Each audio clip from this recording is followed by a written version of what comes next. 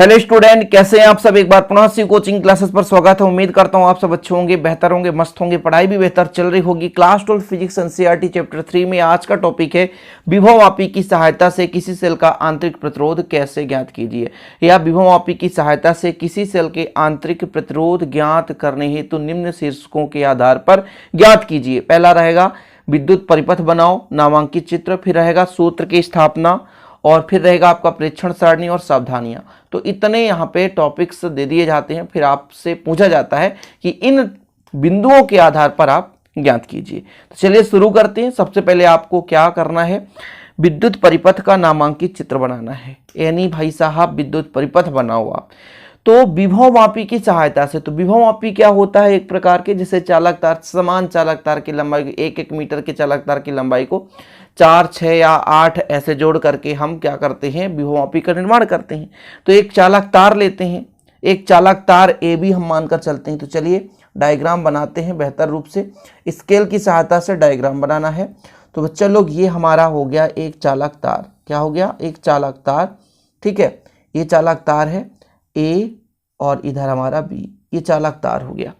इस चालक तार में आपका श्रेणी क्रम में जुड़ा होगा एक संचायक सेल सी, फिर वहां पे प्रतिरोधक और कुंजी। तो यहां पर हम जोड़ेंगे, एक हमारे पास रहेगा, यहां से जोड़ेंगे, एक हमारे पास यहां पे संचायक सेल रहेगा। ठीक है, फिर यहां पे हमारा एक प्रतिरोधक लगा रहेगा, फिर एक छोटा सा कुंजी, और फिर परिपथ कंप्लीट। यानी यहां पर जोड़ने के लिए इसको ऐसा जोड़ना है, इधर आप ऐसा कर दीजिए। अब आपको बताया गया क्या क्या जुड़ा है। तो पहले तो बोला गया भाई एक हमारे पास संचायक सेल, ये प्लस और ये माइनस, सी है, क्या है, सी है। फिर बोला गया भाई एक प्रतिरोधक है, सॉरी धारा नियंत्रक है, आर एच है, प्रतिरोध का धारक नियंत्रक कर रहे, यहाँ पर आर एच लिख सकते हैं, लिख दिए। फिर यहाँ पर एक कुंजी के है। ठीक है, तो ये हमारे एक चालक तार के साथ श्रेणी क्रम में सभी के सभी जुड़े हैं। ओके, लगातार श्रेणी क्रम में जोड़ दिया गया है। अब भाई जिस भी सेल का हमें आंतरिक प्रतिरोध निकालना है, जिस भी सेल का हमें आंतरिक प्रतिरोध निकालना है वो भी सेल होना चाहिए, सही है कि नहीं। तो चलिए यहां पर हम क्या करते हैं, एक सेल का कॉम्बिनेशन करते हैं। तो यहां पर एक सेल लगा रहता है ये, ठीक है, इसको हम एक सेल जिसका विद्युत वाहक बल E है, ये पॉजिटिव और ये निगेटिव, इसको जोड़ दिया हमने।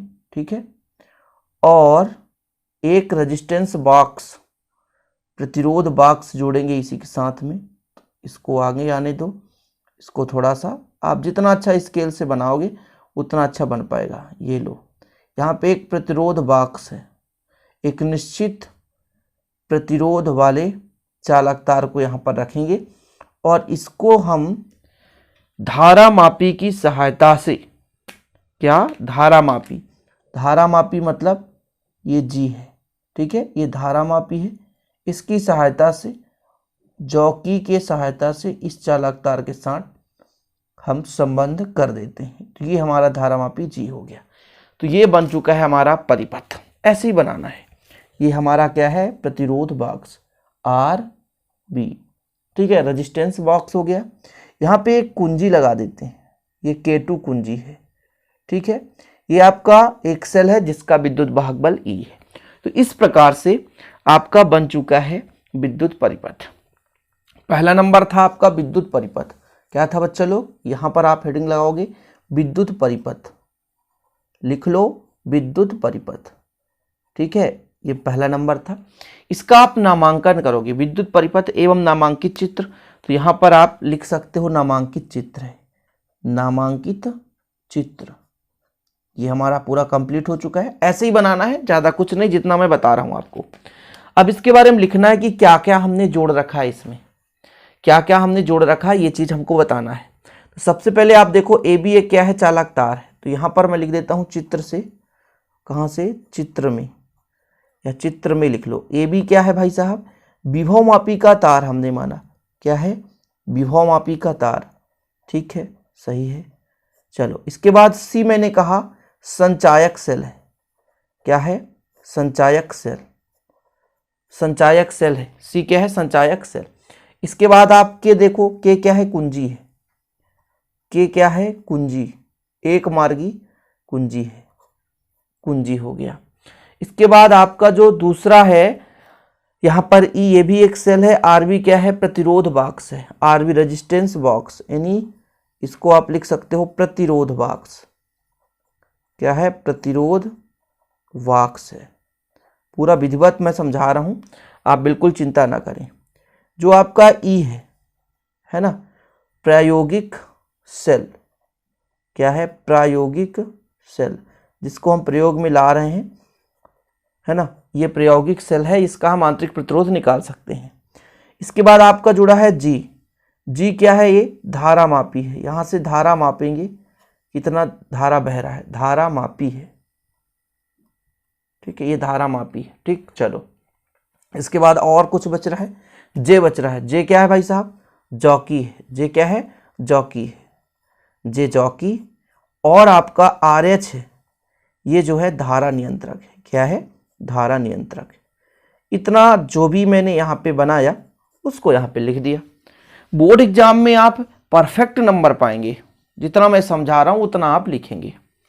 ये हमारा हो गया क्या, विद्युत परिपथ, नामांकित चित्र। तो हमने नामांकन भी कर दिया, बता दिया भाई साहब इसमें क्या चीज क्या है, वो क्लियर हो गया, इतना समझ में आ गया। इसके बाद हमको बनाना है क्या, हमको अभी प्रेक्षण सारणी बनाना था, लेकिन हम पहले सूत्र की स्थापना करेंगे। दूसरा हमारा सूत्र की स्थापना है, क्या, सूत्र की स्थापना। सूत्र की स्थापना कैसे होगी इसको थोड़ा समझेंगे। इसकी क्रिया विधि आप जब समझोगे तभी समझ में आएगा कि किस प्रकार से कार्य करता है। तो ये पहले आप डायग्राम देख लीजिए। तो चित्र देखने के बाद आपको यहाँ पर समझना है कि क्रिया विधि कैसे होता है। जैसे हमने कहा भाई साहब ये तो आपका विभव मापी है, पूरा कंप्लीट विभव मापी। ए बी एक चालकता है, इसमें सीसा संचायक सेल, प्रतिरोधक और कुंजी लगा दिए तो विभव मापी हो गया। तो अपन ने पहले यहाँ पे द्वितीयक परिपथ में दो चीज जोड़ के रखा है, एक सेल है जिसका आंतरिक प्रतिरोध निकालना है, एक यहाँ पर रेजिस्टेंस बॉक्स, यानी यहाँ पर रेजिस्टेंस बॉक्स का जो प्रतिरोध है वो फिक्स है कि इसका प्रतिरोध इतना है। तो अपन करेंगे क्या कि पहले हम क्या करेंगे कि इसको निकालेंगे, रेजिस्टेंस बॉक्स जो प्लग होगा उसे निकाल देंगे, मतलब यहाँ से हमें कोई मतलब नहीं रखना है। तो फिर हम इसके माध्यम से निकालेंगे कि जब हम भाई साहब केवल रेजिस्टेंस बॉक्स को निकाल कर केवल सेल का हम यहाँ पर विद्युत वाहक बल देखते हैं, उसका मान कितना आया, ठीक है, उसका प्रतिरोध कितना आया। इसके बाद एक प्रयोग तो ये हो जाएगा, उसकी स्थिति में हम यहाँ पर जॉकी को इधर उधर खिसका करके क्या करते हैं, संतुलन की बिंदु प्राप्त करते हैं। देखो अभी भी समझ में नहीं आ रहा, समझो मैं कहना क्या चाहता हूँ। जैसे मैंने कहा बच्चा लोग कि मेरे पास एक द्वितीयक परिपथ है, ये आपका प्राथमिक परिपथ हो जाता है, इधर द्वितीयक परिपथ हो जाता है। द्वितीयक परिपथ में भी दो भाग हैं, एक आपका सेल वाला, एक आपका प्रतिरोध बॉक्स है। तो प्रतिरोध बॉक्स का जो प्लग है उसे हम निकाल दें, मतलब यहाँ से कोई मतलब नहीं, यहाँ से कोई करंट फ्लो ना हो। तो फिर क्या होगा, केवल सेल में से धारा बहेगी, फिर सेल में से धारा बहेगी, विद्युत वाहक बल ई रहेगा। इसके संतुलन की दूरी हम निकालने के लिए जॉकी को इधर उधर खिसका सकते हैं। क्या करेंगे, जॉकी को इधर उधर खिसकाएंगे। और लेकिन जैसे ही भाई साहब यहाँ पर एक प्रतिरोध बॉक्स में हम प्लग लगा देंगे दूसरे कंडीशन में, तो फिर थोड़ा सा विद्युत वाहक बल यानी विभवांतर गिर जाएगा, यानी कम हो जाएगा, क्योंकि जो भाई साहब एक परिपथ से होकर जा रहा था अब दो परिपथ से होकर जाएगा। सिंपल है, समझ रहे हो। तो कहीं ना कहीं भी का मान कम होगा। उस स्थिति में हम जॉकी को इधर उधर खिसकाएंगे। अच्छा, जॉकी को खिसकाते क्यों है, क्यों, क्योंकि ये शून्य विक्षेप विधि पर आधारित होता है। ये जो आपका धारा मापी है इसको हम 0 पर रखते हैं, हम इसको 0 पर रखेंगे। जैसे इसका विक्षेप इधर उधर होगा तो हम इसको 0 पर रखेंगे। इसके लिए हम क्या करते हैं, जॉकी के तार को इधर उधर फ्लो करते हैं, इधर मतलब प्रवाहित करते हैं, चाहे इधर आप ले आओ उच्च विभव वाले क्षेत्र की ओर, चाहे निम्न विभव वाले क्षेत्र की ओर। तो जॉकी को इधर उधर करते हैं तो धारा मापी 0 स्थित आ जाता है, यानी जो सुई है वो 0 की स्थिति में हो जाता है। उस स्थिति पर इसका पाठ्यांक निकालते हैं। कोई दिक्कत, समझ में आया कि भाई साहब यहाँ पर दो कंडीशन, ये तो परिपथ आप आसानी से समझ गए हैं। दो कंडीशन है यहाँ पे, एक तो हम क्या करेंगे, प्रतिरोध बॉक्स को निकाल करके इसमें धारा बहाएंगे, फिर इसके L1 का मान निकालेंगे, संतुलन बिंदु की दूरी ए से जो कि जहाँ भी रहेगा भाई साहब यहाँ से हमारा एक स्केल लगा रहेगा, स्केल की सहायता से दूरी निकालेंगे। दूसरा कंडीशन, जब हम प्रतिरोध बॉक्स को भी टच कर दे, जोड़ दे, जब प्रतिरोध बॉक्स को जोड़ेंगे तो थोड़ा सा कहीं ना कहीं विभवांतर कम हो जाता है। उस स्थिति में हम संतुलन बिंदु की दूरी निकालते हैं, संतुलन बिंदु की दूरी निकालते हैं। तो अब आपको क्या करना है, सूत्र की स्थापना। तो थोड़ा सा आप लोग इसे लिखेंगे, क्या लिखना है कि जैसे हमने कहा भाई एक सेल है जिसका विद्युत वाहक बल ई हो सकता है ना, उसका आंतरिक प्रतिरोध भी कुछ ना कुछ होगा, तो स्मॉल आर मान लिए। हम इसको बाह्य परिपथ के साथ जोड़े हैं तो इसका बाह्य प्रतिरोध भी मानकर चलेंगे कैपिटल आर। हमने आंतरिक प्रतिरोध कराया था, उसमें आपको बताया था कि जो आंतरिक प्रतिरोध होता है इसका फार्मूला कैसे निकालते हैं, तो स्मॉल आर का मान निकल कर आया था कैपिटल आर, फिर ब्रैकेट में आपका E/V-1। ये जो आपका स्मॉल आर है वो सेल का आंतरिक प्रतिरोध है, कैपिटल आर है सेल के साथ जो बाहर का जो भी चालक तार होगा कुछ ना कुछ प्रतिरोध होगा, वो हमारा कैपिटल आर है। ई क्या है, सेल का विद्युत वाहक बल है। भी क्या है, हम सेल के विभवांतर पर जब हम धारा प्रवाहित करते हैं कहीं ना कहीं विभवांतर लगता है तो वो भी है -1 है। ये हमारा एक फार्मूला निकल कर आता है और इसको हम समीकरण 1 दे देते हैं। ये कहाँ से आया, तो अभी आप मत समझना कि इस विभवमापी के सिद्धांत से आता है। ये सिद्धांत आप पहले पढ़ चुके हो। कब, जब आपको हमने आंतरिक प्रतिरोध का थ्योरम कराया था। जब आंतरिक प्रतिरोध के थ्योरम में आपने पढ़ा था तब वहां पर आपने समझा था स्मॉल आर का मान कैसे निकल कर आता है। तो उम्मीद करता हूं उस लेक्चर को आप देखे होंगे, और यदि अभी तक नहीं देखें तो जाकर के देख लीजिए, तभी मजा आएगा भाई साहब कोई भी चीज याद करने को, समझने के लिए। अब चलो, हमने कहा कि पहले हम क्या करेंगे, प्रतिरोध बॉक्स को निकाल देंगे और हम सेल में से धारा बहाएंगे और जो भी हमारा संतुलन की दूरी निकल कर आएगा, ए से जे तक की दूरी, चौकी के बीच की दूरी। संतुलन बिंदु कैसे निकलता है, हमने पहले ही बताया कि जैसे ही हमने इस परिपथ को कंप्लीट किया तो धारा बहना शुरू हो गया। इस धारा मापी में क्या देखेंगे कि धारा मापी में जो हमारा सुई है वो शून्य पर स्थित हो जाए। इसके लिए हम चौकी को उच्च विभव वाले क्षेत्र या निम्न विभव वाले क्षेत्र की ओर चौकी को खिसकाएंगे और जहां पर शून्य हो जाएगा वहां से हम ए से दूरी निकाल लेंगे, L1 का मान निकाल लेंगे। इसी प्रकार से दूसरा कंडीशन ये रहेगा कि जब हम प्रतिरोध बॉक्स को भी लगा दिए, पहले कंडीशन में तो प्रतिरोध बॉक्स को हटा दिया गया, मतलब उसका जो भी प्लग है हटा दिया गया, करंट फ्लो नहीं होगा। दूसरे स्थिति में हमारा प्रतिरोध बॉक्स भी लग जाएगा। उस स्थिति में जो आपका सेल है, जो परिणामी विद्युत वाहक बल है, विभवांतर है, वो कम हो जाएगा। उस स्थिति में हम संतुलन बिंदु की दूरी निकाल लेंगे। तो आगे लिखेंगे, जैसे मैंने कहा जब हमारा सेल होकर के धारा बह रहा है तो इस विद्युत वाहक बल ई, देखो सेल का विद्युत वाहक बल ई ही हम मानकर चल रहे हैं। इसको यदि हम भाई साहब इसको संतुलित करेंगे, अब चौकी को इधर उधर खिसकाना पड़ेगा, तो इसकी दूरी L1 मान लेते हैं। जब हम विभवमापी का सिद्धांत कराए थे, शायद आपको पता होगा, तो इसका जो विद्युत वाहक बल होता है, यहाँ पर विद्युत वाहक बल वो आपके लंबाई के समानुपाती, और जब समानुपाती हटता है तो एक नियतांक लग जाता है। यानी जो आपका ई का मान निकल कर आया था, यहाँ पर मैं आपको बताता हूँ विद्युत वाहक बल, यदि ई रख रहे हो तो ई है भाई साहब विद्युत वाहक बल, वो समानुपाती होता है लंबाई की। तो लंबाई हमने क्या कहा, L1, समानुपाती नियतांक हटा तो एक कहीं ना कहीं भाई साहब, सॉरी, समानुपाती हटा तो एक कहीं ना कहीं नियतांक लग जाएगा। तो ये हमारा समीकरण 2 हो गया। समीकरण 1 भी आपने देख लिया, समीकरण 2 देख लिया। अब यदि मैं कह दूं इसी प्रकार जब हमने भाई प्रतिरोध बॉक्स को जोड़ दिया है ना, तो क्या होगा, इसी प्रकार दिख रहा आपको, इसी प्रकार यदि विभवांतर भी सिरे ए से L2 दूरी पर संतुलित होता है, संतुलित होता हो, तो जो आपका V का है मान हो जाएगा वो समानुपाती होगा L2 के, मतलब जो आपका V बराबर ρL2 हो जाएगा। इसको आप समीकरण 3 दे सकते हो। अब समीकरण 2 और 3 का जो E और V का मान है वो समीकरण 1 में रख देंगे। कहाँ पे रखेंगे, समीकरण 1 में। तो समीकरण 1 में मान रखने पर समीकरण 1 से स्मॉल r बराबर कैपिटल R, फिर ब्रैकेट, हमने क्या कहा था, E का मान ρL1 और V का मान ρL2 -1। रो से रो क्या हो जाएगा, कट जाएगा, रो से रो काट दो तो आपका स्मॉल r बराबर आ गया कैपिटल R L1/L2 -1। और ये आपका जो समीकरण 4 है यही अभीष्ट सूत्र है, यही अभीष्ट सूत्र है बच्चा लोग। ये आपका कंप्लीट हो गया। अब यहाँ से हम बनाएंगे प्रेक्षण सारणी। क्या बनाएंगे, प्रेक्षण सारणी। तीसरा जो पॉइंट आता है वो आ जाता है प्रेक्षण सारणी। क्या, प्रेक्षण सारणी। चलिए फास्ट कीजिए प्रेक्षण सारणी। हमने कहा भाई साहब कि हम जैसे हमने एक बार ऐसा किया दोबारा भी कर सकते हैं। प्रतिरोध बॉक्स में से हम क्या करते हैं, प्रतिरोध बॉक्स नहीं, धारा नियंत्रक में से धारा के मान को बदल करके, धारा के मान को थोड़ा सा इधर उधर करके हम कई बार इसका प्रयोग करते हैं। लास्ट में देखते हैं कि माध्यमान हमारा कितना निकल कर आया। तो इसके लिए हम क्या करेंगे, प्रेक्षण सारणी में पहला तो हमारा क्रमांक होता है, सही बात है।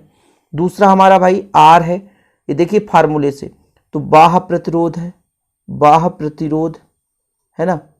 फिर हमारा भाई साहब L1 है, यानी यहाँ पर विद्युत वाहक बल, यहाँ पर मैं कह देता हूँ विद्युत वाहक बल E के लिए, विद्युत वाहक बल E के लिए संतुलन बिंदु की दूरी, संतुलन बिंदु की दूरी, ये कितना हो जाएगा L1, किस में हो जाएगा, सेंटीमीटर में।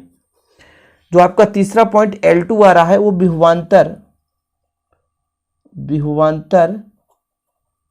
V के लिए संतुलन बिंदु की दूरी, ये हो जाएगा L2 हो जाएगा। जो आपका लास्ट पॉइंट आ रहा है वो फार्मूला आ रहा है, R बराबर कैपिटल R L1/L2 - 1, ये इतना पॉइंट निकल कर आ रहा है। इसको अब क्या करो, एक चार्ट बना दो, स्केल की सहायता से बनाना भाई साहब, स्केल की सहायता से फास्ट करो आप। लो ये लो, स्केल की सहायता से कर दो फटाफट, ऐसा कर दो और यहाँ पे ऐसा। इसको आपको ये करना पड़ेगा इधर से, ये लो, है ना, यहाँ से एक खंड बना दो और नीचे भी आपका ऊपर भी कर दो। ये हमारा प्रेक्षण सारणी बन जाता, बहुत सिंपल है प्रेक्षण सारणी, है ना। ये प्रेक्षण सारणी तैयार हो गया, सिंपल। नीचे भी आपको क्या करना है, नीचे भी आपको बंद कर देना है। ये प्रेक्षण सारणी हमारा बन चुका है और यहाँ पर जो इस R का मान आएगा ओम में आएगा, किस में आएगा, ओम में आएगा। ये लो भाई साहब, और इसको हम बार बार धारा नियंत्रक की सहायता से धारा का मान बदल करके हम इसका मान निकालेंगे कई बार, तो फिर हमारा निकल कर आएगा माध्यमान R का मान।